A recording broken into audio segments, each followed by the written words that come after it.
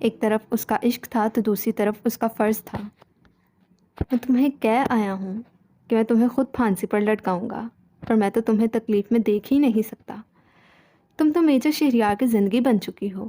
تمہاری خوشبو سے تو میجر شہریار بے انتہا عشق کرنے لگا ہے۔ یہ خوشبو تو اس کی سانسوں میں رچ بس گئی ہے۔ شہریار نے سرخ ہوتی نم آنکھیں اٹھائیں اور اپنی بیلٹ کی جانب ہاتھ بڑھا کر گن نکالی۔ اگلے ہی لمحے گن شہریار کے پیشانی پر تھی۔ سرخ کالی آنکھیں بند تھیں جبکہ انگلی ٹریگر پر تھیں۔ میں ہار گیا لاریب، میجر شہریار تم سے ہار گیا۔ میجر شہریار تمہارا مقابلہ نہیں کر سکتا، وہ کبھی بھی تمہارے مقابل کھڑا نہیں ہو سکتا، اس میں اتنی ہمت نہیں ہے۔ میجر شہریار زندگی کا پہلا اور آخری کیس سالو کرنے میں ناکام ہو گیا ہے۔ شہریار اذیت سے مسکرایا۔ شہریار نے کہتے ساتھ ٹریگر پر ہلکا سا دباؤ بڑھایا۔ اللہ اکبر، اللہ اکبر، مطلب نا یہ اذان ہے تو آپ خود ہی پڑھ لیجیے گا۔ اذان کی تیز آواز نے ہر جگہ پھیلے خوفناک سناٹے کو توڑا۔ شہریار کے ہاتھ ساکت ہو گئے۔ شہریار نے بہتے آنسوؤں کے ساتھ ایک بار پھر ٹریگر پر دباؤ بڑھانا چاہا۔ اشہد ان محمد رسول اللہ۔ شہریار کے ہاتھ پیر کپ کپانے لگے۔ وہ کیا کرنے جا رہا تھا؟ وہ خودکشی کرنے جا رہا تھا؟ کیا اللہ پر سے اس کا اعتبار اٹھ گیا تھا جو وہ اتنا گناہ کا مرتکب ہونے جا رہا تھا؟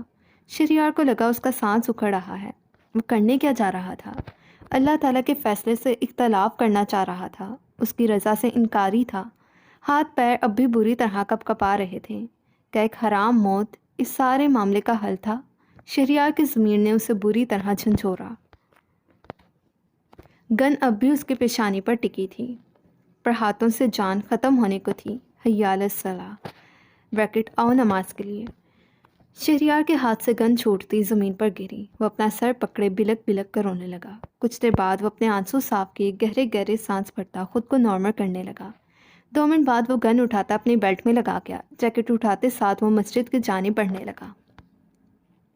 ادھر اگر لاریب سجدے میں گری بلک بلک کر رو رہی تھی تو یہاں میجر شہریار کے آنسو ہر رکعت پڑھتے متواتر بہتے جا رہے تھے۔ زندگی کی تلخ حقیقت ان دونوں کو اس چوراہے پر لے آئی تھی کہ وہ دونوں ایک دوسرے کے لیے تڑپنے اور کوئی معجزہ ہونے کی دعا کے علاوہ کچھ نہیں کر سکتے تھے۔ لاریب بیڈ کے ساتھ ٹیک لگائے فرش پر بیٹھی تھی۔ اس کے ہاتھ میں اس کی ڈائری اور پین موجود تھا۔ وہ دھڑا دھڑ کچھ لکھنے میں مصروف تھی۔ جب دروازہ نوک ہوا، اس نے ایک دم ڈائری بند کی اور کھڑی ہونے لگی۔ جب آہان اندر داخل ہوا، آہان کو دیکھ وہ ایک دم کھڑی ہوئی۔ آہان، اس کے لبوں سے سرگوشی نما آواز نکلی۔ آہان کالے رنگ کا ڈنر سوٹ پہنے جل سے بالوں کو جمائے اس کے سامنے کھڑا تھا۔ اسے یقین نہیں آ رہا تھا بالآخر 6 مہینوں بعد کوئی اپنا اس سے ملنے آیا ہے، کسی اپنے سے وہ بات کر سکے گی۔ کیسی ہو؟ آہان اس کے قریب آتا اس کے سر پر ہاتھ رکھے بولا۔ میں ٹھیک ہوں، تم کیسے ہو؟ لاریب اس کی سنجیدہ صورت دیکھ کر بولی۔ وہ کہیں سے بھی پہلے والا آہان نہیں لگ رہا تھا، وہ بہت بدل چکا تھا۔ میں تمہارے سامنے ہی ہوں، آہان کہتے ساتھ اپنے کپڑوں کی پرواہ کیے بغیر فرش پر بیڈ کے ساتھ ٹیک لگائے بیٹھ گیا۔ لاریب نے بھی اپنی پرانی جگہ سنبھالی۔ انکل کی ڈیتھ کا کافی افسوس ہوا، لاریب سر جھکائے بولی۔ لاریب کے دل پر ایک بوجھ تھا۔ پہلے ابیہا اپی کو وہ شاپنگ پر لے کر گئی اور وہ اس کی وجہ سے زندگی سے ہاتھ دھو بیٹھی۔ پھر عزت بائی اسے بچاتے بچاتے دنیا سے رخصت ہو گئے۔ پھر اس کی پھانسی کی خبر سن کر امیر صاحب اس کو اکیلا کر گئے اور اب اسے بچانے پر مرزا صاحب کو وائٹ ڈیول کے اٹیک کا نشانہ بننا پڑا، اور وہ بھی اسی وجہ سے آہان کو اکیلا چھوڑ گئے۔ سب کچھ سوچتے ہوئے لاریب کی آنکھوں میں پانی بھرنے لگا۔ ہر جگہ وہی قصوروار تھی، یا پھر کم از کم اسے ہی ایسا لگ رہا تھا۔ آہان، آئی ایم سوری۔ لاریب کی نم آواز آہان کے کانوں سے ٹکرائی۔ انکل، میری وجہ سے۔ ابھی اس کی بات منہ میں ہی تھی جب آہان نے اپنا بھاری ہاتھ اس کے لبوں پر رکھتے اسے کچھ کہنے سے روک دیا اور سرخ آنکھوں سے اسے دیکھنے لگا۔ کوئی فضول بات نہیں، آہان کڑے تیوروں سے بولا تو لاریب چپ ہو گئی۔ آہان نے اپنے ہاتھ واپس ہٹائے کئی لمحے خاموشی کی نظر ہو گئی۔ آج کل کیا کر رہے ہو؟ خاموشی کو طویل سے طویل تر ہوتے دیکھ بالآخر لاریب بول پڑی۔ ڈیڈ کا بزنس سنبھال رہا ہوں، آہان نے سرد لہجے میں جواب دیا۔ اپنے بارے میں آگے کا کیا سوچا ہے؟ آہان کی سرد آواز ایک بار پھر گونجی۔ لاریب سرد نظروں سے سامنے دیکھنے لگی۔ یہ اس کا بیسٹی اہان لگ ہی نہیں رہا تھا۔ میں نے کچھ سوچا نہیں۔ تم بتا دو آگے کیا کرنا ہے، یہاں سے کب باہر نکل سکتی ہوں؟ لاریب بے تاثر لہجے میں بولی۔ وائٹ ڈیول تمہیں کتے کی طرح ہر جگہ تلاش کر رہا ہے۔ دو بار وہ مجھ پر بھی اٹیک کروا چکا ہے۔ اہان نے اسے بتانا ضروری سمجھا۔ تو کیا میں ساری زندگی اس گھر سے باہر نہیں نکلوں گی؟ لاریب بے تاثر آنکھوں سے اسے دیکھتے ہوئے بولی۔ مجھے یہاں سے لے جاؤ، موت کے ڈر سے میں چھپ کر نہیں بیٹھ سکتی۔ مجھے باہر کی دنیا نہ دیکھے 6 مہینے ہونے والے ہیں۔ لاریب کے لہجے میں نہ جانے کیا تھا کہ اہان اسے دیکھنے پر مجبور ہو گیا۔ تمہیں ڈر نہیں لگتا؟ اہان نے اسے دیکھ کر سوال کیا۔ لاریب پھیکا سا مسکرائی۔ سب کچھ تو کھو چکی ہوں، اب کھونے کو بچا ہی کیا ہے؟ لاریب نے جیسے خود کا ہی تمسخر اڑایا۔ ایک جان ہی تو بچی ہے جسے کھونے کا مجھے خوف اگر ہوتا تو کبھی بھی فرقان گیلانی کا قتل نہ کرتی اور اپنی عزت 2 کوڑی کی کر دیتی۔ لاریب کی آنکھوں میں شعلے بھڑک رہے تھے۔ اہان کچھ پل ساکت سا بیٹھا اسے دیکھتا رہا۔ وہ دوسری لڑکیوں سے بہت مختلف تھی۔ اگر یہاں لاریب کی جگہ کوئی اور لڑکی ہوتی تو کب کی موت کو گلے لگا چکی ہوتی یا خوف سے پاگل ہو جاتی۔ آخر اپنے سب رشتوں کی میت دیکھنے کے بعد کس انسان کا دماغی توازن صحیح رہ سکتا ہے؟ چلو چلیں، اہان نے کہتے ساتھ اس کی کلائی تھامی اور باہر کی جانب بڑھنے لگا۔ کسی احساس کے تحت لاریب کی آنکھیں چمکیں۔ اہان تم کب آئے اور اس کو کہاں لے کر جا رہے ہو؟ اور ہم جو ابھی آیا تھا، اہان کو لاریب کو لے جاتے دیکھ حیرت سے بولا۔ عفت بھی اب کچن سے باہر آ چکی تھی۔ ارحم بھائی آپ کا بہت بہت شکریہ، آپ نے ہمارا اتنا ساتھ دیا۔ زندگی میں کبھی بھی کسی چیز کی ضرورت پڑے تو اپنے بھائی کو یاد کیجیے گا۔ اہان تشکر امیز لہجے میں گویا ہوا۔ وہ تو ٹھیک ہے، پر اس کو کہاں لے کر جا رہے ہو؟ ارحم نے پھر سوال کیا۔ ارحم بھائی یہ کب تک یہاں رہے گی؟ اس کے لیے الگ سے سیکورٹی کا انتظام کروا دوں گا۔ ویسے بھی فرقان گیلانی کا معاملہ اب ٹھنڈا پڑ چکا ہے۔ لیکن وائٹ ڈیول، ارحم نے کسی خدشے کے تحت کہا۔ یہاں آ کر اہان خاموش ہو گیا۔ ارحم بھائی اس کو بھی دیکھ لوں گی، لاریب بولی اور عفت کو گلے ملنے لگی۔ وہ اپنی جو 2 چیزیں لے کر آئی تھی، جاتے ہوئے بھی اس کے ہاتھ میں سے وہی 2 چیزیں تھیں۔ حالانکہ اس کا خرچہ ارحم بھائی کو اہان بھیج دیتا تھا، پر اس نے پھر بھی کوئی چیز لینا مناسب نہ سمجھا۔ الوداعی کلمات کہتے وہ اور اہان باہر نکلے۔ لاریب نے باہر نکل کر ایک طویل سانس خارج کیا۔ 6 مہینے بعد اس نے کھلی فضا میں سانس لیا۔ ہلکی ہلکی بوندا باندی کی وجہ سے گیلی مٹی کی خوشبو اسے بہت بھلی لگی۔ لاریب آ جاؤ، اہان کی آواز پر وہ ہوش میں آتی گاڑی کا دروازہ کھولے اندر بیٹھی۔ ارحم اور عفت باہر نہیں نکلے تھے۔ اہان نے ان دونوں کو باہر نکلنے سے منع کر دیا تھا۔ لاریب کے بیٹھتے ہی اہان گاڑی سٹارٹ کرتا آگے بڑھا گیا۔ اب وہ اس آبادی والے علاقے سے نکل کر مین روڈ پر آ چکے تھے۔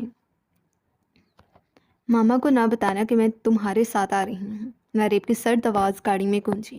کیوں؟ اہان نے نہ سمجھی سے پوچھا۔ کیونکہ میرا ابھی گھر جانے کا کوئی ارادہ نہیں، لاریب کندھے اچکار کر بولی۔ اہان کی گاڑی مڑتی لاہور کی ایک اسکیم میں پہنچی۔ چونکہ یہ اسکیم ابھی نہیں تھی، اسی لیے یہاں اکا دکا گھر تھے۔ لاریب کی نظریں مسلسل سائیڈ مرر پر جمی تھیں۔ تمہیں پتہ ہے 2 بائکس ہمیں فالو کر رہی ہیں۔ کچھ ہو تو ریلیکس رہنا، ایک دم پینک نہ ہونا۔ اہان نے اس کے علم میں یہ بات لانی چاہیے۔ جانتی ہوں، لاریب نے سرد لہجے میں کہا۔ گاڑی موڑو اہان۔ لاریب کے ایک دم چلانے پر اہان نہ سمجھی سے اسے پھر سامنے راستے کی جانب دیکھنے لگا۔ اہان رائٹ ٹرن لو۔ اہان کو کچھ نہ کرتے دیکھ لاریب نے جلدی سے اسٹیئرنگ ہاتھ میں پکڑے اسٹیئرنگ گھمایا۔ گاڑی ایک دم ان بیلنس ہوتی رائٹ سائڈ پر مڑی، جب فضا میں ایک کے بعد ایک گولیوں کی آواز گونجی۔ اہان نے گاڑی کو ایک دم بریک لگایا۔ وہ حیران نظروں سے لاریب کو دیکھنے لگا۔ ایڈیٹ، گاڑی سٹارٹ کر، خود بھی مرے گا مجھے بھی مروائے گا، لاریب کڑ کر بولی۔ ہاں، جیسے پہلے تو تم نے زندہ رہنے والے کام کیے ہیں، اہان گاڑی سٹارٹ کرتے جل کر بولا۔ ایسی صورتحال میں بھی وہ دونوں ایک دوسرے کی ٹانگ کھینچنے سے باز نہیں آ رہے تھے۔ جو بھی تھا، پر وہ دونوں آج بھی بیسٹی ہی تھے، سو چپ رہنا ان کے لیے ناممکن تھا۔ لاریب نے ایک زوردار پنچ اہان کے بازو پر جڑا۔ اہان اسے گھور کر رہ گیا۔ اگر مجھے آنٹی کا خیال نہ ہوتا نا تو اہان نے سر نفی میں ہلا کر بات ادھوری چھوڑ دی۔ تو کیا؟ لاریب اپنے پہنے گئے کالے کرتے کی آستین فولڈ کیے بولی۔ تو تمہیں یہیں پھینک کر چلا جاتا، بلی نہ ہو تو۔ اہان نے منہ بنایا۔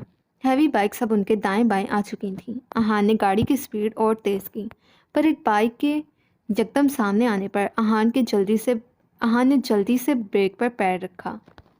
سیٹ بیلٹ کے باوجود لاریب کا سر ڈیش بورڈ پر لگتے لگتے بچا۔ اگر تم باہر نکلی تو بہت برا پیش آؤں گا، اہان اس کا بازو جکڑ کر سخت لہجے میں بولا۔ لاریب غصے سے اسے دیکھنے لگی۔ کیوں، تمہیں مرنے کا زیادہ شوق ہو رہا ہے جو منہ اٹھا کر اکیلے جا رہے ہو؟ لاریب نے آئی برو اٹھا کر استفسار کیا۔ اہان اسے گھوری سے نوازتا باہر نکلنے لگا جب اہان کا بازو لاریب نے تھام کر اسے روکا۔ نہیں اہان، تم باہر نہیں جاؤ گے، لاریب اب سنجیدہ ہوتی ہوئی بولی۔ اس کی آنکھوں میں کچھ کھونے کا خوف اہان بآسانی محسوس کر گیا تھا۔ ابھی اہان کچھ کہتا جب گولی کی آواز کے ساتھ ساتھ گاڑی ایک دم ہلی۔ چونکہ اہان کی گاڑی بلٹ پروف تھی، اسی لیے ایک ہی گولی کے نشانے سے گاڑی کا شیشہ ٹوٹنے سے قاصر رہا۔ مجھے کچھ نہیں ہوگا، اہان نے لاریب کے گال تھپ تھپائے اور بنا کچھ کہے گاڑی سے نکلتا گاڑی لوک کر گیا۔ لاریب نے پھرتی سے دروازہ کھولنے کی کوشش کی پر گاڑی لوک تھی۔ اہان، آئی سیڈ اوپن دا ڈور۔ اہان کو ان لوگوں کی جانب بڑھتے دیکھ لاریب تڑپ کر گاڑی کے شیشوں پر ہاتھ مارے چیخ کر بولی۔ اس کے باہر نکلتے ساتھ ہی چاروں آدمیوں کی گن کا رخ اس کی جانب ہوا۔ لڑکی کو ہمارے حوالے کر، ان میں سے ایک شخص گرایا۔ کیوں، تیرے باپ کا مال ہے؟ اہان بھی غصے سے بولا۔ ہماری تیرے ساتھ کوئی دشمنی نہیں ہے، چپ چاپ لڑکی کو ہمارے حوالے کر اور جان بچا کر نکل لے۔ ان میں سے ایک آدمی غصے سے چلایا۔ اہان نے اپنے کان میں انگلیاں ڈالیں جیسے اس کا چیخنا اہان مرزا کو ڈسٹرب کر گیا ہو۔ زیادہ ہیرو گیری نہ کر، لڑکی ہمارے حوالے کر، ایک لڑکا پھر چلایا۔ اہان اس کی بات نظر انداز کرتا کوٹ اتارے گاڑی کے بونٹ پر پھینکنے کے ساتھ کف کے بٹن کھولے انہیں اوپر کرنے لگا۔ اہان کی حرکت دیکھ لاریب تڑپ کر اور زور سے شیشے پر ہاتھ مارنے لگی۔ اہان اس کی خاطر اپنی جان داؤ پر لگانے جا رہا تھا۔ ان سب کے پاس اسلحہ تھا اور اہان یوں ہی لڑنا چاہ رہا تھا۔ کوٹ کے اتارنے پر اہان کے مسلز واضح ہونے لگے تھے۔ سفید شرٹ میں اس کا کشادہ سرخ و سفید سینہ جھانک رہا تھا۔ اس نے ہاتھ بڑھا کر ٹائی اتاری اور گریبان کے 2 بٹن بھی کھول دیے۔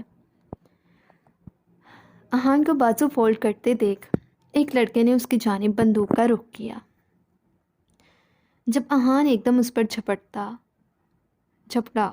اہان کی راؤنڈ کک پر مقابل کے ہاتھ سے گن چھوٹتے دوڑ گری۔ لاریب نے نفی میں سر ہلایا۔ وہ در پہ در اس پر گھونسوں سے وار کرنے لگا جب اس آدمی کے ساتھی نے اہان کا نشانہ لے کر گولی چلائی۔ چونکہ وہ شخص اہان کی دائیں طرف کھڑا تھا اسی لیے وہ دیکھ سکتا تھا۔ اس نے پھرتی سے اپنے سامنے کھڑے آدمی کو اپنے سامنے کر کے اپنی ڈھال بنایا۔ جبکہ بعد دگرے 3 گولیاں اہان کے سامنے کھڑے آدمی کے سینے میں جا کر پیوست ہوئیں۔ وہ لڑکا ڈھلک کر اہان کی گرفت میں ڈھلک گیا۔ اہان نے اس کے بے جان وجود کو سائڈ پر جھٹکا اور ان کی جانب خون خوار تیور لیے جھپٹا۔ اب منظر کچھ یوں تھا، وہ 3 لوگ تھے جبکہ اہان اکیلا۔ ان کا مقابلہ کرتا کچھ لہو لہان ہو رہا تھا۔ اسی جھپٹا جھپٹی میں گاڑی کی چابی اہان کی پینٹ کی جیب سے گری۔ ایک لڑکا پھرتی سے چابی پر جھپٹا اور گاڑی کی جانب بڑھ گیا۔ اس کو گاڑی کی جانب آتا دیکھ لاریب مسکرائی، وہی مسکراہٹ جو شکار کو دیکھ ایک شکاری کے ہونٹوں پر بکھرتی ہے۔ نقاب پوش لڑکے نے گاڑی کا دروازہ کھولا اور لاریب کا بازو پکڑے اسے کھینچ کر باہر نکالا۔ لاریب نے اپنی ڈائری کے کور سے اپنی مطلوبہ چیز نکالی اور اس کے ساتھ کھینچتی چلی گئی۔ لاریب بھاگو۔ ان دونوں لڑکوں کو بھی لاریب کی جانب بڑھتے دیکھ اہان انہیں قابو کرتا ہوا بولا۔ لاریب نے سکون کے ساتھ نفے میں سر ہلاتے اہان کا سکون غارت کیا۔ اس کا دل کیا وہ خود ان لڑکوں کو چھوڑ کر اس لڑکی کا گلا دبا دے۔ پاگل لڑکی، بھاگ یہاں سے، اہان غصے کی شدت سے دھاڑا۔ اگلے ہی پل وہ خود ساکت رہ گیا۔ لاریب کا ایک ہاتھ جو لڑکے کی گرفت میں نہ تھا وہ گھوما اور اس کو تھامے ہوئے لڑکے کی شہرک سے خون کے فوارے نکلنے کا سبب بنا۔ خون کے چھینٹے لاریب کے منہ پر آ کر گرے۔ ایک سیکنڈ اس نے اپنی آنکھیں بند کیں، اگلے ہی لمحے اس نے آنکھیں کھولیں اور اس لڑکے کو زوردار دھکے کے ساتھ سڑک پر گرایا اور بھاگتی ہوئی وہ گن تھام گئی جو اس نے کب سے فوکس میں رکھی ہوئی تھی۔ وہ نقابپوش سڑک پر پڑا تڑپ رہا تھا۔ لہریب نے گن پکڑے ریلوڈ کرنی چاہی، پر گن کا وزن بھی کافی زیادہ تھا۔ اس کے نازک سے ہاتھوں میں وہ گن بڑے مشکل سے پکڑی گئی تھی۔ لہریب کی آنکھوں میں ابیحا کا مردہ وجود گھوما، جس پر درندگی، سگریٹ اور تشدد کے جا بجا نشانات تھے۔ مجھے معاف کر دو گڑیا، آپ کا بھائی آپ کو بچا نہیں سکا۔ لہریب کی سماعتوں سے اسد کی تکلیف میں ڈوبی ہوئی آواز اسے اپنے قریب سے آئی۔ امیر صاحب اب اس دنیا میں نہیں رہے، ایک اور آواز اس کی سماعتوں سے ٹکرائی۔ لہریب اذیت کی انتہا کو پہنچتی مکمل قوت لگا کر چیخی۔ گن ریلوڈ ہو چکی تھی۔ اس نے آہان کی پرواہ کیے بغیر سامنے کھڑے آدمی پر گولی چلائی جو سیدھا اس کی ٹانگ میں جا کر لگی تھی۔ وہ لڑکھڑا کر نیچے گرتا تڑپنے لگا۔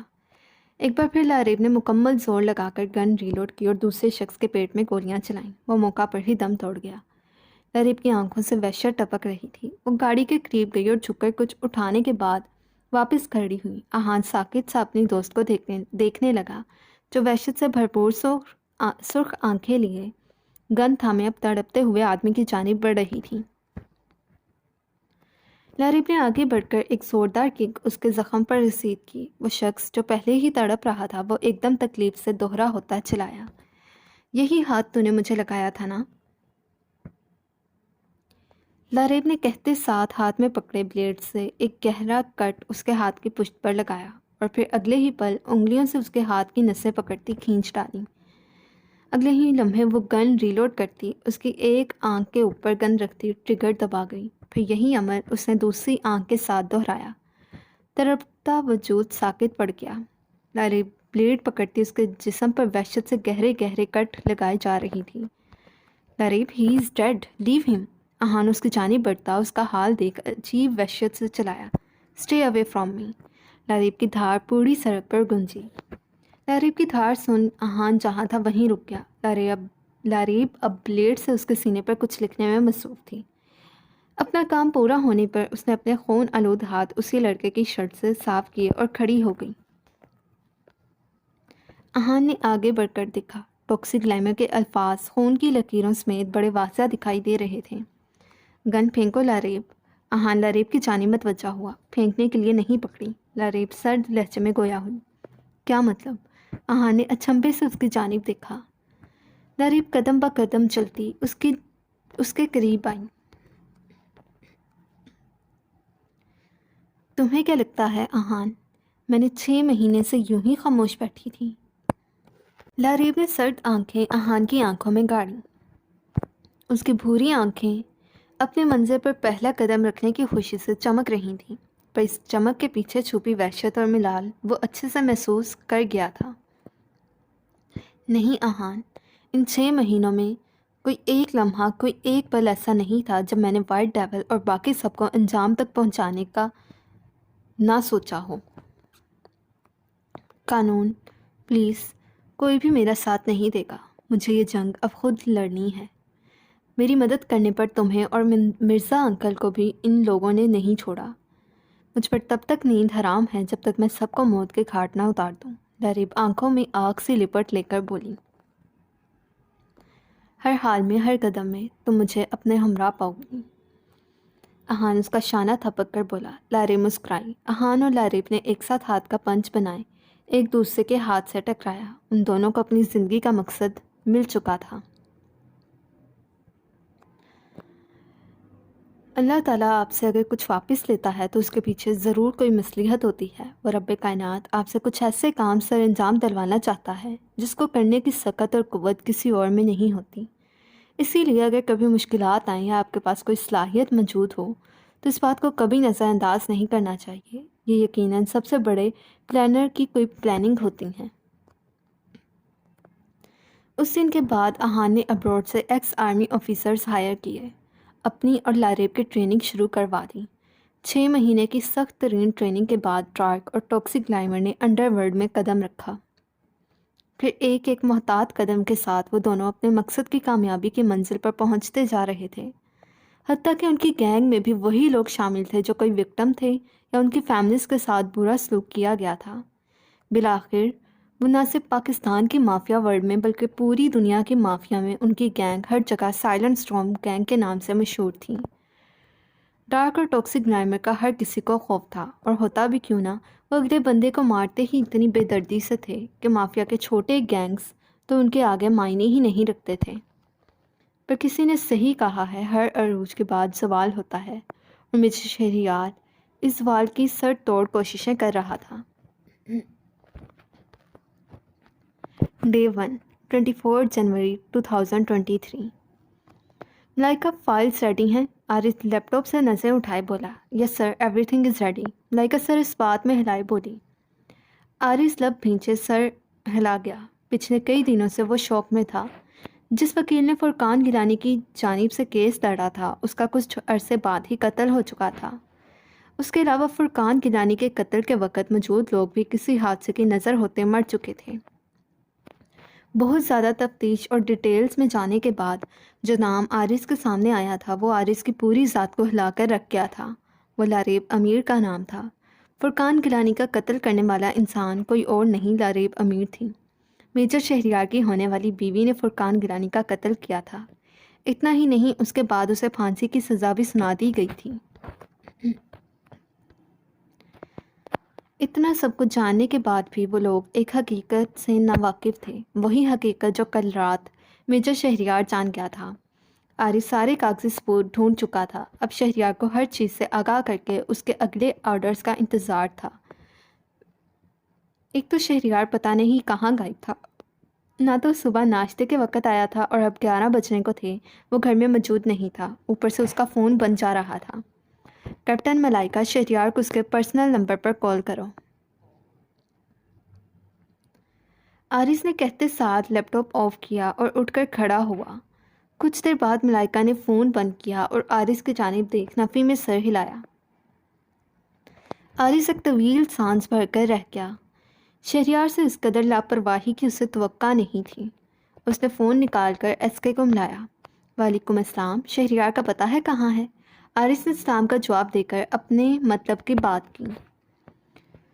اس کا کچھ فون وغیرہ آیا ہو؟ مقابل کے جواب پر عارف بولا۔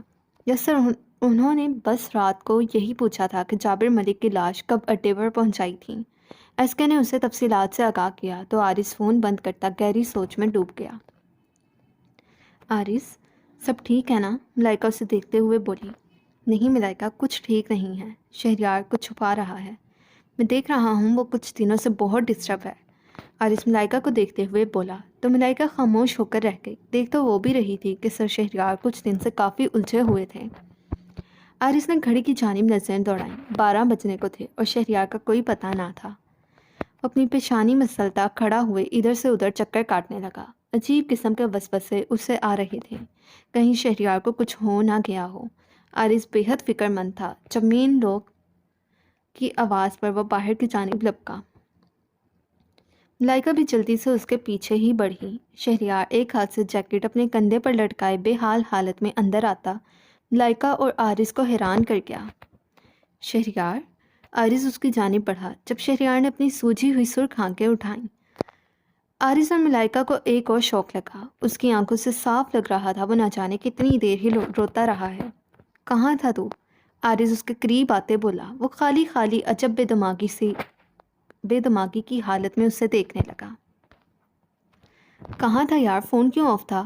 پتہ ہے میں کتنا پریشان ہو گیا تھا، عارف اب برہمی سے بولا، پر شہریار ہنوز یوں ہی کھڑا تھا۔ سر آپ ٹھیک ہیں؟ ملائکہ 2 قدم بڑھاتی ہوئی بولی۔ میجر شہریار کے غصے کو وہ ٹریننگ کے دوران اچھی طرح دیکھ چکی تھی، اسی لیے وہ اس سے زیادہ بات چیت بھی نہیں کرتی تھی۔ وہ جانتی تھی وہ اپنے اصولوں کا کتنا پکا ہے۔ کچھ بول کیوں نہیں رہا؟ عارف نے کہتے ساتھ شہریار کی کلائی تھامی۔ جب اسے احساس ہوا اس نے شہریار کو نہیں گویا دہکتی آگ کو ہاتھ لگا لیا ہے۔ شہریار بخار میں پھنک رہا تھا۔ تیری طبیعت ٹھیک نہیں ہے، ادھر آ کر بیٹھ۔ عارف اس کا کولیگ بعد میں تھا، اس کا بچپن کا دوست وہ پہلے تھا۔ اسے اس وقت شہریار کی فکر ہو رہی تھی۔ بخار ہونا ان کے پیشے میں کوئی بڑی بات نہیں تھی، پر اصل پریشانی تو اسے شہریار کی دیوانوں جیسی حالت دیکھ کر ہو رہی تھی۔ میں ٹھیک ہوں، شہریار ایک جھٹکے سے اپنا بازو عارض کے ہاتھ سے چھڑاتا ہوا بولا۔ اس کی آواز ازحد بھاری ہو چکی تھی۔ اگلے 10 منٹ میں میٹنگ روم پہنچو۔ شہریار آرڈر دیتا 20 منٹ کی بیسمنٹ کی جانب بڑھ گیا۔ لڑکا حیرت و پریشانی سے عارض کی جانب دیکھنے لگی، جبکہ عارض بھی پریشان کھڑا تھا۔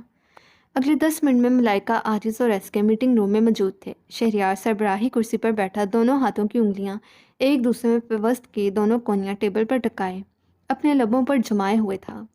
وہ تینوں شہریار کے بولنے کا انتظار کر رہے تھے، پر 3 منٹ تک شہریار کو بولتے نہ دیکھ عارض نے بولنا شروع کیا۔ فرقان گیلانی کے مرڈر کی ساری ڈیٹیلز مل چکی ہیں۔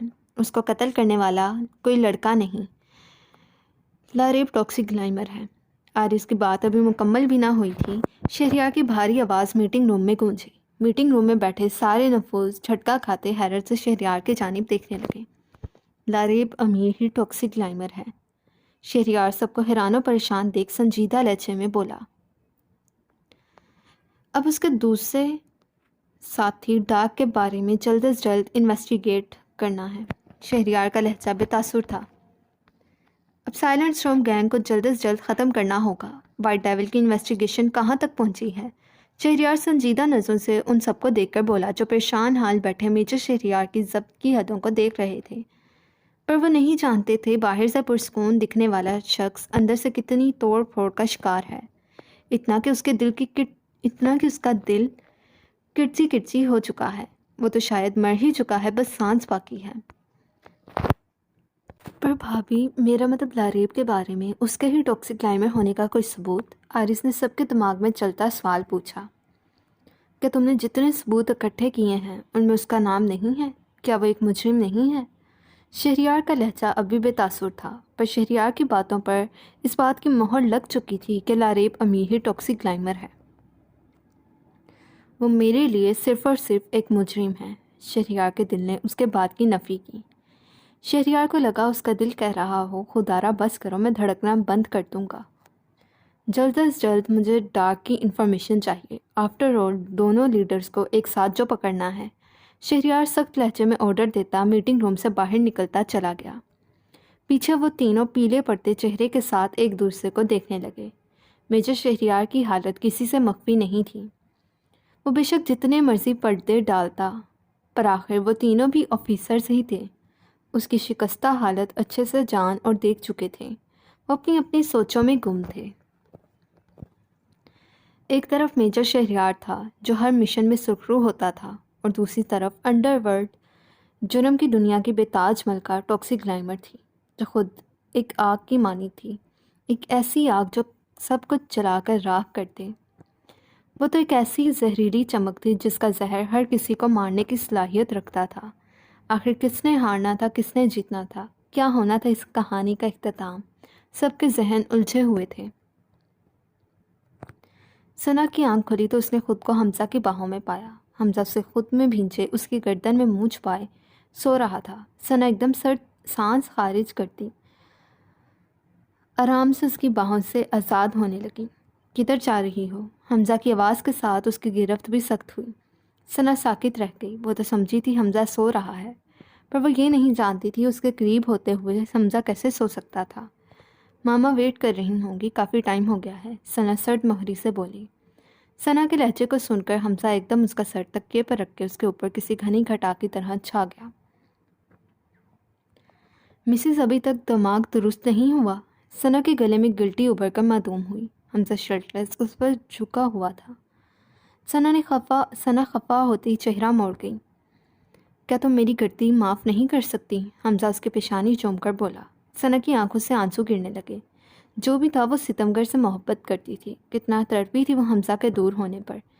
اب جب وہ پاس تھا تو وہ خود ہی اس سے جھٹک رہی تھی۔ Please Sana, I am sorry, میں مانتا ہوں میں نے غلط کیا، پر غلطی تمہاری بھی تو نہیں تھی۔ تم بھی مجھے بتائے بغیر اس گالی انسان سے ملنے چلی گئی تھی۔ حمزہ اس کا جبڑا نرمی سے پکڑے اس کا چہرہ اپنی جانب کیے بولا۔ یہاں میری شادی شدہ زندگی میں آگ لگا کر وہ خود شادی کرنے کے بعد ہنی مون منا رہا ہے۔ حمزہ نے دانت کچھ کچا کر کہا۔ کچھ دن پہلے ہی زبیر خان کی شادی کی خبریں میڈیا سے پتہ چلی تھیں۔ پھر حمزہ نے مکمل تفصیلات حاصل کیں، کہیں یہ سب جھوٹ تو نہیں، پھر اسے پتہ چل گیا تھا وہ حقیقت میں شادی کر چکا ہے، بلکہ اب تو وہ لندن ہنی مون ٹرپ پر گیا تھا۔ آئی ایم سوری نا جان، اپنے ہٹلر شوہر کو معاف کر دو، حمزہ ثنا کی آنکھوں سے بہتے آنسو صاف کرتا بولا۔ اس کے ایسا کرنے پر ثنا مزید روانی سے ہچکیاں بھرتی رونے لگی۔ پلیز، حمزہ نے اس کے آنسو لبوں سے چنے۔ حمزہ کے جھکنے پر ثنا نے اپنے دونوں بازو حمزہ کی گردن میں حائل کیے اور اس کی گردن میں منہ چھپاتی سسک پڑی۔ میں آپ کو نہیں بتانا چاہتی تھی، مجھے پتا تھا آپ اس پر بہت غصہ کریں گے، ثنا روتے ہوئے بولی۔ اس نے کہا تھا کہ بس آخری بار پھر میں اب روڈ جا رہا ہوں، ثنا ہچکیاں بھرتی بولی۔ میں اس دن بہت خوش تھی، مجھے پتا تھا آپ اس خبر کے بعد ساری ناراضگی بھول کر مجھے اپنا مان بخشیں گے، پر آپ نے میری کوئی بات سنے بغیر مجھے گھر سے نکال دیا، ثنا نے کہتے ساتھ زور زور سے رونا شروع کر دیا۔ حمزہ نے اسے رونے دیا، وہ خود ہی چاہتا تھا وہ رو کر اپنا سارا غم ہلکا کر لے۔ آپ نے مجھے کہا مر جانا، جہنم میں چلی جانا، ثنا سسکی۔ کیا آپ کی نظر میں میری اتنی ہی اہمیت تھی؟ میرے مرنے سے آپ کو کوئی فرق نہیں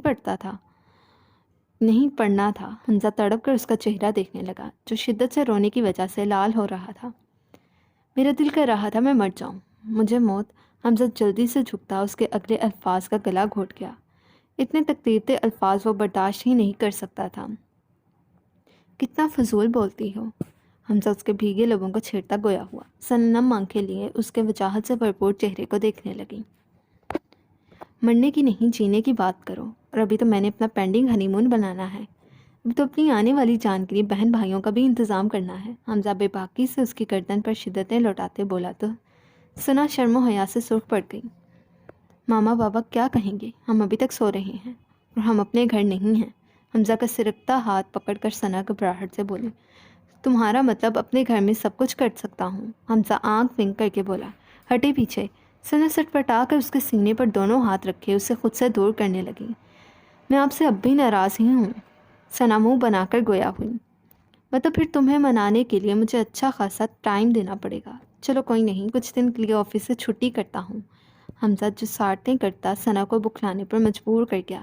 نہیں، میں ناراض نہیں ہوں، ثنا کی بکھلاہٹ میں ڈوبی آواز پر حمزہ کا کہا گونجا۔ تھینکس میری جان۔ حمزہ نے اس کی پیشانی سے پیشانی ٹکائی تو ثنا بھی پرسکون ہوتی آنکھیں موند گئی۔ غلطی تو ہر انسان سے ہوتی ہے، حمزہ سے بھی ہوئی تھی، پر ثنا کی بھی اس سب میں غلطی تھی۔ اسے اپنے شوہر سے پوچھے بغیر نہیں جانا چاہیے تھا، اور اب جب وہ خود معافی مانگ رہا تھا تو وہ کیوں اسے معاف نہ کرتی۔ میں تمہاری قبر خود کھودوں گا۔ لاریب کی پیشانی پر پسینے کی ننھی بوندیں پھوٹنے لگیں۔ اس نے بے چینی سے اپنا سر دائیں جانب کیا۔ تم اس قابل ہو کہ تمہیں عزت سے دفنایا جائے۔ اس کے چہرے کے نقوش تننے لگے، بے بسی سے اس کی آنکھوں سے آنسو نکلے، آنکھیں ہنوز بند تھیں۔ میں شہریار رحیم تمہیں اپنی محبت سے آزاد کرتا ہوں۔ لاریب ایک جھٹکے سے اٹھ بیٹھی، وہ اپنے دل کے مقام پر ہاتھ رکھے لمبے لمبے سانس بھرنے لگی۔ کچھ محسوس کر کے اس نے اپنے چہرے پر ہاتھ پھیرا، اس کا چہرہ آنسوؤں سے تر تھا۔ ڈور ایک بار پھر نوک ہوا۔ لاریب، دروازہ کھولو بیٹا، تم ٹھیک ہو؟ منال بیگم نہ جانے کب کی ڈور نوک کر رہی تھی۔ لاریب نے لمبے لمبے سانس بھر کر خود کو پرسکون کیا اور سارے کمرے میں نظریں دوڑائیں۔ سب صحیح تھا، صد شکر وہ صبح ہی ہر چیز صحیح کر کے لیٹی تھی۔ اس نے اپنا دوپٹہ اٹھایا اور نماز سٹائل میں لپیٹ کر اپنی گردن اور پیشانی کے زخم کو چھپا کر ڈور کی جانب بڑھتی ایک ہی جھٹکے میں دروازہ کھول گئی۔ کہاں تھی تم؟ اتنی دیر سے دروازہ کھٹکھٹا رہی ہوں، دروازہ کیوں نہیں کھول رہی تھی؟ دروازہ کھلتے ساتھ ہی منال بیگم اس پر برسی، ان کی آنکھوں میں اب تک پانی جمع ہو چکا تھا۔ لاریب کو دکھ ہوا، وہ جانے انجانے میں منال بیگم کو کافی تکلیف دے چکی تھی۔ اس نے خود کو کوسا، آخر ضرورت ہی کیا تھی اتنا بے خبر ہو کر سونے کی۔ ماما بس سو رہی تھی، لاریب ہاتھ بڑھا کر منال بیگم کی آنکھوں سے آنسو صاف کرتے بولی۔ منال بیگم نے لاریب کے دونوں ہاتھ تھامے۔ بیٹا تم، منال بیگم نے بات ادھوری چھوڑے لاریب کی پیشانی پر ہاتھ رکھا، وہ بخار میں تپ رہی تھی۔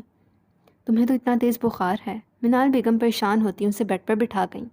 لیٹو یہاں، میں تمہارے لیے لائٹ سا کچھ لے کر آتی ہوں، منال بیگم بکھلا کر بولی۔ بلکہ رکو، میں ڈاکٹر کو کال کرتی ہوں۔ منال بیگم کی آنکھوں سے آنسو متواتر بہنے لگے، وہ کہتی ساتھ جلدی سے باہر جانے کے لیے لپ گئی، جب لاریب نے ان کا ہاتھ تھام کر انہیں بیڈ پر بٹھایا اور خود کھڑی ہوتی ان کے قدموں میں جا کر بیٹھ گئی۔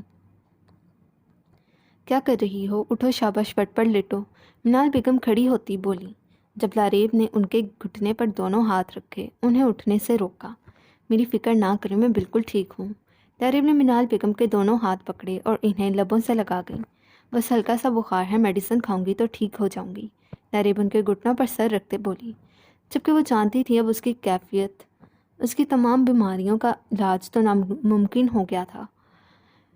ماما اتنی دیر ہو گئی، میں نے آفس جانا تھا۔ کچھ یاد آنے پر لاریب جھٹکے سے اٹھ کر روحانسی ہو کر بولی، پاگل ہو؟ اتنی طبیعت خراب ہے اور تمہیں آفس جانا ہے؟ کوئی ضرورت نہیں آفس جانے کی، آج سکون سے گھر بیٹھ کر ریسٹ کرو۔ منال بیگم نے آنکھیں دکھائیں۔ ماما آپ کو بتایا تھا نا ایک ضروری فائل کا، بس جانا ضروری ہے۔ آپ پلیز جلدی سے ناشتہ لگائیں، میں 10 منٹ میں فریش ہو کر آئی۔ لاریب جلدی سے کبرڈ سے اپنے کپڑے لیتی واش روم کی جانب بڑھی۔ ارے پر منال بیگم نے کچھ کہنا چاہا پر لاریب پہلے ہی بول پڑی، پلیز ماما میں آگے لیٹ ہو گئی ہوں۔ لاریب نے کہتے ساتھ کھٹاک سے واش روم کا دروازہ بند کیا۔ منع بھی کیا ہے کہ نہ جاؤ، پر نہیں، ماں کی تو کوئی بات سننی ہی نہیں ہے، ماں تو پاگل ہے نا جو منع کر رہی ہے، بس خود ہی میری ماں بنی رہے گی۔ منال بیگم زور سے بڑبڑاتی کمرے سے باہر نکلی۔ لاریب جو واش روم سے دروازے کے ساتھ پشت لگائے کھڑی تھی، روم کے دروازے بند ہونے کی آواز پر بے رنگ آنکھیں لی واش روم کا دروازہ کھولے باہر الماری کی جانب بڑھی اور اپنا دوسرا سوٹ لے کر واش روم میں بڑھ گئی۔ منال بیگم ٹیبل پر ناشتہ لگا رہی تھیں جب لاریب سیڑھیاں اترتی دکھائی دی۔ منال بیگم کے ہاتھ ساکت ہوئے۔ آج وہ اپنے پہلے والے حلیے میں تھی، بلیک جینس کے ساتھ کرتا پہنے، لیدر کی جیکٹ زیبدن کیے۔ وہ انہیں 5 سال پہلے والی لاریب لگی۔ ہمیشہ کی طرح آج ایک بار پھر وہ اپنے ٹام بوائے والے حلیے میں تھی۔ لاریب یہ سب؟ منال بیگم حیرانی سے بولی۔ مجھے لگا اب اپنے حلیے میں واپس آ جانا چاہیے۔ لاریب کافی کا مگ اٹھاتی جلدی گھونٹ بڑھتی ہوئی بولی۔ 2 منٹ میں اس نے کافی ختم کی اور منال بیگم کو الوداعی کلمات کہتی باہر نکلی۔ مین گیٹ کھولتے ساتھ ہی اس کے قدم تھمے۔ لاریب کے ساتھ ساتھ سامنے دروازے سے نکلتے شہریار اور عارض کے قدم بھی ساکت ہوئے۔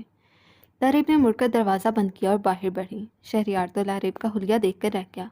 اس کی لاریب نہیں تھی۔ شہریار کے دل میں ہونک اٹھی، پر اگلے ہی پل وہ خود کو سنبھالتا اسے سرد نگاہوں سے تکنے لگا۔ لاریب کی آنکھوں میں بھی شرارے پھوٹ رہے تھے۔ عارض کبھی کبھی شہریار کو تو کبھی لاریب کو دیکھتا۔ وہ دونوں ایک دوسرے کو جلا کر بھسم کر دینے کا ارادہ رکھتے تھے۔ لاریب اسے نظر انداز کرتی آگے بڑھنے لگی، پھر کچھ یاد آتے ہی وہ پلٹی اور ایک شیطانی مسکراہٹ شہریار کی جانب اچھالتی ایک آنکھ ونک کیے آگے بڑھ گئی۔ اوپر ٹیرس پر ملائکہ دم سادے کھڑی نیچے کا منظر دیکھ رہی تھی۔ لاریب کا انداز، اس کی چال، حتیٰ کہ تاثرات سب بدلا ہوا تھا۔ سب کچھ سامنے آ ہی گیا تھا تو پھر اپنے اصل حلیے میں آنے میں کون سا مضحکہ تھا؟ اسی لیے لاریب آج اپنے اصل حلیے میں موجود تھی، بس اس کی گلائمر والی ہوڈ، کیپ اور لینس موجود نہ تھے۔ احان ڈائننگ پر ناشتہ لگا رہا تھا جب کچھ دیر تک عیشا کو باہر نہ آتے دیکھ وہ مسکراتا کمرے کی جانب بڑھا۔ کل رات وہ دیر سے سوئے تھے کیونکہ وہ کل دیر رات تک جاگتے مووی دیکھتے رہے تھے۔ ایک بار پھر وہ رات کے منظر میں کھو گیا۔ میرے بھالو کو کون سی مووی پسند ہے؟ احان عیشا کی پشت اپنے سینے سے لگائے اس کے ارد گرد ہاتھ باندھے ٹیک لگائے بیٹھا اس کے سر پر لب رکھتے بولا۔ عیشا جو بڑی سی چاکلیٹ کھانے میں مصروف تھی سر اٹھا کر احان کو دیکھنے لگی۔ پہلے وعدہ کریں وہی مووی لگائیں گے، عیشا چاکلیٹ کی بڑی سی بائٹ لیتے ہوئے بولی۔ اوکے، احان ہاتھ بڑھا کر اس کے لبوں پر سائڈ پر لگی چاکلیٹ صاف کرتے بولا۔ مجھے باربی موویز پسند ہیں۔ عیشا چمکتی آنکھوں سے بھرے منہ سے بولی تو احان اس کی حرکت پر مسکراہٹ دبانے کے لیے لب دبا گیا۔ Beauty and the best, sleeping beauty, سنو وائٹ، عیشا بھی کچھ بولتی جب احان نے اس کے لبوں پر اپنا بھاری ہاتھ رکھا۔ بس اتنی دیر تک نہیں جاگنا، احان نے کہتے ساتھ پہلی movie beauty and the best لگائی۔ اسے مووی دیکھنے میں بالکل مزہ نہیں آ رہا تھا، پر عیشا کی خاطر وہ یہ مووی دیکھنے پر مجبور تھا۔ پر آہستہ آہستہ نہ جانے کیوں اسے اپنا آپ بیسٹ اور اپنا نازک سا بھالو بیلا لگنے لگی۔ وہ بھی ایک بیسٹ ہی تھا جس کی زندگی میں عیشا آئی تھی اور اسے خود سے محبت کرنے پر مجبور کر گئی۔ احان نے عیشا کی کمر کے گرد گھیرا تنگ کیا اور اس کے کندھے پر تھوڑی رکھ گیا اور وہ بہکنے لگا تھا۔ اس کے لب آہستہ آہستہ عیشا کی گردن کی جانب بڑھنے لگے۔ جب ایک دم عیشا نے اس کی جانب دیکھا وہ خود کو ربڑتا ایک بار پھر اس کے کندھے پر تھوڑی جما گیا۔ عیشا سے دور رہنا اب اس کا اس کے لیے ایک کٹھن امتحان بنتا جا رہا تھا، پر اسے عشا کی عمر اور پڑھائی کا لحاظ کرتے ابھی دور ہی رہنا تھا۔ وہ بہت اچھی طرح جانتا تھا اس کا نازک سا بھالو اہان کی شدتیں ہرگز برداشت نہیں کر پائے گا۔ ہان ابھی وہ اپنی سوچوں میں ہی گم تھا جب عشا نے اہان کی جانب دیکھ اسے پکارا۔ جی ہان کی جان۔ اہان اس کے گال پر شدت سے لب رکھتا بولا تو عشا سٹ پٹا کر اس کے سینے پر نازک ہاتھ رکھے اسے خود سے دور کرنے لگی۔ اہان مسکراتا اس کے بال سنوارتا دور ہوا۔ آپ کو ہارس رائڈنگ آتی ہے؟ عشا اشتیاق سے بولتی اہان کے مسکرانے کا سبب بنی۔ نہیں، کیوں، تمہیں پسند ہے؟ اہان نے اس سے پوچھا۔ اس کے نہ کہنے پر عشا اس کی بات کا جواب دیے بغیر LCD کی جانب متوجہ ہوئی۔ اس طرح سامنے باربی کے ہر ڈریس کو جس اشتیاق سے عشا دیکھ رہی تھی، اہان کا دل کر رہا تھا ہر چیز اس کے قدموں میں رکھ دے۔ اب اس نے کرنا بھی یوں ہی تھا۔ بھالو، ہان کی جان اٹھ جاؤ۔ اہان اس کے منہ سے بلینکٹ ہٹاتا اس کے بال سنوارتے بولا۔ جب اپنی نیند میں مداخلت پڑتے عشا منہ کے زاویے بناتے ایک بار پھر کمبل سر تک تان کر کروٹ بدل گئی۔ بھالو، اہان نے پھر اسے پکارا۔ ماما سونے دیں، آج کالج سے چھٹی کر لیتی ہوں نا۔ عشا کی نیند میں ڈوبی آواز سن کر اہان ہنسا۔ اگلے ہی لمحے اس نے اس کے چہرے سے بلینکٹ کھینچا اور عشا کی دونوں کلائیاں جکڑتا بیڈ سے پن کیے اس کے چہرے پر شدت سے جھک گیا۔ اگلے کچھ سیکنڈز بعد ہی عشا نے اپنی سرخ ہوتی آنکھیں کھولیں اور بری طرح مزاحمت کرتی اہان کی گرفت سے کلائیاں چھڑانے لگی۔ پر اہان اس وقت اس میٹھے لمس میں کھو چکا تھا۔ وہ اپنے عمل میں شدت اختیار کرتا جا رہا تھا۔ پھر عشا کا خیال کرتے وہ اسے چھوڑے پیچھے ہوا۔ عشا سینے پر ہاتھ رکھے سرخ چہرہ لیے لمبے لمبے سانس بھرنے لگی۔ آئندہ چاکلیٹ کم کھانا، مجھے تمہاری سانسوں کی خوشبو پسند ہے۔ اس میں کسی اور خوشبو کی ملاوٹ برداشت نہیں کروں گا۔ اہان اپنی بے باک باتوں اور اپنی حرکت سے عشا کے ہوش ٹھکانے لگا گیا تھا۔ عشا سرخ چہرہ بیڈ سے اٹھتی واش روم کی جانب بھاگی اور کھٹاک کی آواز سے ڈور بند کر گئی۔ اس کی پھرتی پر اہان کا کہا کمرے میں گونجا۔ اندر واش روم میں عشا اور چھنپ گئی۔ ناشتہ کرنے سے کچھ دیر بعد اہان نے عشا کو تیار ہونے کو کہا تھا۔ اب وہ جینس کے ساتھ ٹاپ اور جیکٹ زیبتن کیے تیار کھڑی تھی۔ جب اہان جیکٹ صحیح کرتے ڈریسنگ تک آیا اور ہاتھ بڑھا کر ذرا جھکے، وہ پرفیوم اٹھانے لگا۔ اہان کو اپنے بےحد قریب محسوس کر کے عشا نے سانس روکا۔ اہان کے پیچھے ہونے پر عشا کا اٹکا سانس خارج ہوا۔ اہان خود پر پرفیوم چھڑک کر ساری فضا کو اپنی خوشبو سے مہکا گیا۔ ایک دم اس نے پرفیوم عشا کے گردن پر سپرے کیا۔ عشا اس التفات کے لیے تیار نہ تھی۔ ایک دم تھوڑا پیچھے ہوئی تو اہان مسکراتا اسے اپنے بازوؤں کے حصار میں لے گیا۔ تم نے کاجل پھر نہیں لگایا؟ اہان خفگی سے بولتا عشا کی جان حلق میں اٹکا گیا۔ پھر وہ خود ہی آگے بڑھتا کاجل اٹھائے بڑی احتیاط سے عشا کی آنکھوں میں لگانے لگا۔ عشا بہت خوبصورت لگ رہی تھی۔ وہ ہلکا سا کاجل اس کی آنکھ سے لیتا اس کے کان کے پیچھے لگا گیا، پھر خود ہی اپنی حرکت پر مسکرایا۔ ماشاءاللہ، میرا بھالو بہت پیارا لگ رہا ہے، اہان کہتے ساتھ اس کا گلوز میں مقید ہاتھ تھامے باہر کی جانب بڑھ گیا۔ تقریباً 15 منٹ کی پیدل مسافت کے بعد اس نے عشا کو 2 منٹ کے لیے رکنے کو کہا اور خود آگے بڑھ گیا۔ گھوڑے کے پیروں کی آواز پر عشا نے نظریں اٹھائیں۔ اگلے لمحے اس کی نظریں پلٹنا بھول گئیں۔ اہان گھوڑے پر بیٹھا اسی کی جانب بڑھ رہا تھا۔ کالے رنگ کی جینس شرٹ کے ساتھ جیکٹ زیبتن کیے وہ بہت حسین لگ رہا تھا۔ کالے رنگ کا چشمہ اس کی آنکھوں پر لگا تھا، اسی لیے وہ اس کی ہیزل بلو آئیز دیکھنے سے قاصر تھی۔ عشا ابھی تک شوق میں تھی۔ اس کو شوق اہان کو گھڑ سواری کرتے دیکھ نہیں بلکہ اس کی شاندار پرسنالٹی کو دیکھ کر لگا تھا۔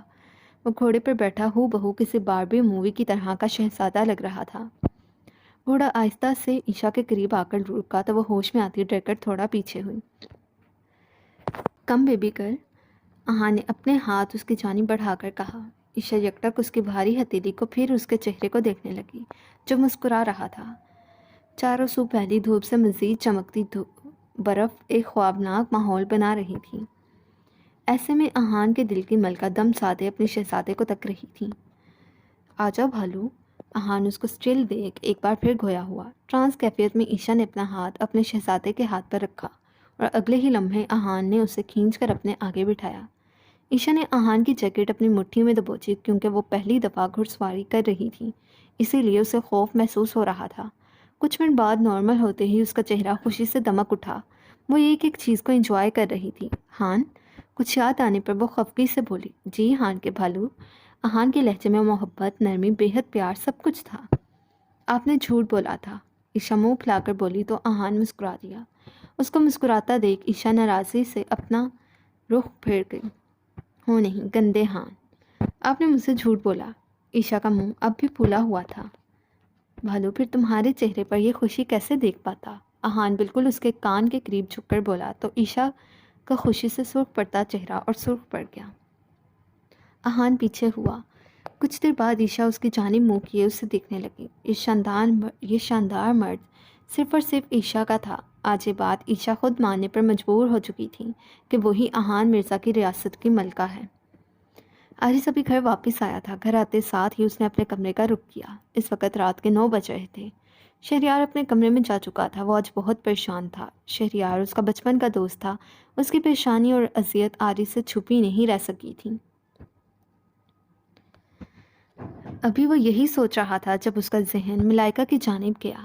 وہ کہاں تھی؟ واش روم کا دروازہ بند دیکھ وہ پرسکون ہوا جب اگلے ہی لمحے کلک کی آواز کے ساتھ دروازہ کھلا اور ملائکہ خود کو بڑی سی شال میں لپیٹے باہر نکلی۔ عارض حیرت سے اسے دیکھنے لگا جو سرخ رنگ سے لبوں کو رنگے، کاجل، مسکارا اور لائنر سے آنکھوں کو مزید نکھارے بڑی کنفیوز سی نظر آ رہی تھی۔ ملائکہ کی نظر ابھی تک سائڈ پر صوفے پر بیٹھے عارض پر نہیں پڑی تھی۔ عارض خود شوق میں تھا، آخر وہ اتنا تیار کیوں ہے اور پھر اتنی بڑی چادر کیوں لپیٹ رکھی ہے؟ اف ملائکہ ریلیکس۔ اس نے اپنے گال تھپ تھپائے۔ اتنا کنفیوز کیوں ہو رہی ہو؟ وہ خود سے بڑبڑاتی ڈریسنگ ٹیبل سے پرفیوم اٹھا گئی۔ کون سا پہلی بار اس چھوڑے کے سامنے جانے لگی ہو؟ وہ تمہارا شوہر ہے۔ ملائکہ خود سے باتیں کرتی گردن پر پرفیوم سپرے کرنے لگی۔ اس نے زور سے اپنی آنکھیں میچے، پھر کچھ سوچ کر اس نے ہلکی سی چادر ڈھلکائی۔ اس کے کندھے دیکھ عارض کی آنکھیں خود بخود سرخ ہونے لگیں۔ پھر آہستہ آہستہ اس نے ساری چادر اتاری۔ ملائکہ کا نازک سرافہ سرخ نائٹی میں واضح تھا۔ عارض کی نظریں ملائکہ سے ہٹنے سے انکاری تھیں۔ نہیں، میں ان کے سامنے ایسے نہیں جا سکتی، ملائکہ بولی۔ ساتھ ہی اس کی نظر صوفے کی جانب اٹھی تو وہ دھک سے رہ گئی۔ عارض بنا پلکیں جھپکے اسے دیکھنے میں مصروف تھا۔ وہ ایک دم واش روم کی جانب لپکی۔ جب عارض اس کا ارادہ بھانپتا اس کی کمر میں ہاتھ ڈالے، اس کا رخ شیشے کی جانب کر گیا۔ ملائکہ کا سانس اٹک کر رہ گیا۔ جان، مجھ شریف انسان کو بہکا کر کہاں بھاگ رہی ہو؟ عارض کی بھاری سرگوشی ملائکہ کے اوسان خطا کر گئی۔ میں غلطی سے ٹرائی کر ملائکہ پر کپکپاہٹ طاری ہونے لگی۔ ہونے کے ساتھ ساتھ اس کی زبان لڑکھڑانے لگی۔ بہت خوبصورت لگ رہی ہو، عارض مخمور لہجے میں گویا ہوا۔ اتنی محنت سے تیار ہونے کے بعد خراج لیے بنا ہی بھاگنے لگی تھی۔ اگر میں پہلے نہ آتا تو اب تک تو تم چینج بھی کر چکی ہوتی۔ عارض اس کے مومی بازو پر اپنی سخت سرسراتی انگلیاں پھیرتے بولا۔ عارض کے انداز پر ملائکہ کی جان ہوا ہونے لگی۔ عارض نے موبائل پر سونگ لگایا اور ڈریسنگ ٹیبل پر رکھ دیا۔ سونگ آپ لوگ خود ہی پڑھیں گے۔ تھک گئی ہوں آج ریکارڈنگ کر کے، اس لیے میں نا ہمیشہ چھوٹی ایپیسوڈ ہی دیتی ہوں۔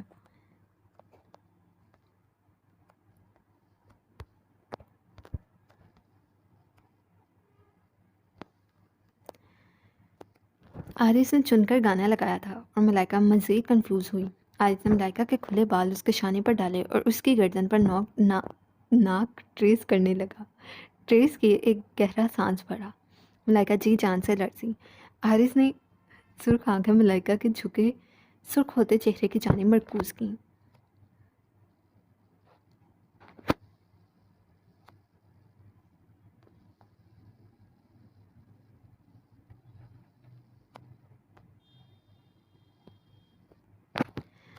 عارض نے ایک وہل ڈوری کھینچی اور اگلے ہی لمحے اس کی کمر پر اپنے سلگتے لمس چھوڑنے لگا۔ ملائکہ نے زور سے اپنے لرزتے ہاتھوں کی مٹھیاں بھینچیں۔ اتنے دن کی بےتابی آج عارض کی شدت، یا یہاں پہ پھر مسٹیک ہے، یہاں عارض ہے، یہاں پہ تو نام میں ہی مسٹیک ہو گئی ہے۔ عارض کی شدت بھرے لمس سے وہ اچھی طرح محسوس کر رہی تھی۔ اسے لگا عارض اب اس سے دور نہ ہوا تو وہ گر جائے گی۔ اس کی ٹانگوں سے جان ختم ہونے لگی تھی۔ عارض نے ملائکہ کے بازو کے زخم کو نرمی سے چھوا جو ابھی تک ٹھیک نہیں ہوا تھا۔ پھر اگلے ہی لمحے وہ ملائکہ کو باہوں میں بھرے بیڈ پر لٹا کر خود اس پر جھک گیا۔